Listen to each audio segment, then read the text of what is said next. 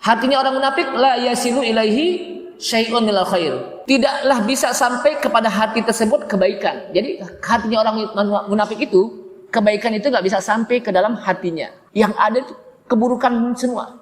Itu orang munafik. Makanya di zaman Rasulullah SAW, Rasulullah melihat orang kafir jelas kekafirannya, melihat orang mukmin jelas keimanannya. Tapi ketika melihat orang munafik nggak jelas. Di depan Rasulullah mukmin, tapi di depan orang-orang kafir, kafir. Itu namanya apa?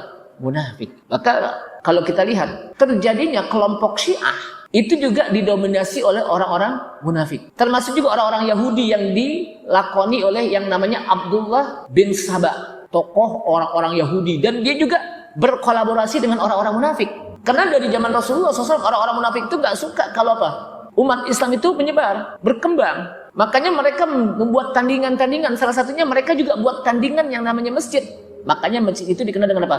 Masjid Dirar. Ittakhadhu masjidan walladzina ittakhadhu masjidan diraran wa kufran wa tafriqan bainal mu'minina wa irsadan liman haraballaha wa rasulahu min qabl. Dan mereka itu adalah orang-orang yang walladzina ittakhadhu masjidan, membuat masjid, membangun masjid diraran. Masjid dirar namanya. Makanya disebut masjid dirar. Dirar dikata-kata ad-darar, bahaya. Tujuannya apa?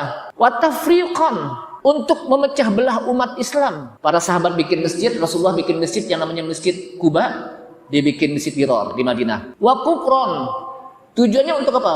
Mengingkari adanya masjid yang dibangun oleh Rasulullah SAW dengan para sahabat. Wa tafriqan bainal mu'minin, jadi pertama apa? Masjidan diraron wa kufron wa tafriqan bainal mu'minin, memecah belah di antara mukmin. Kemudian wa irsadan liman haraballaha wa rasulah, dan untuk mengintai-ngintai liman haraballah, siapa orang yang memerangi Allah dan Rasul, untuk ngintip-ngintip. Padahal kata Allah SWT dalam ayat ini ditutup dengan apa? Wallahu yashhadu innal munafiqina lakadzibun. Ini penutupan dari ayat tadi.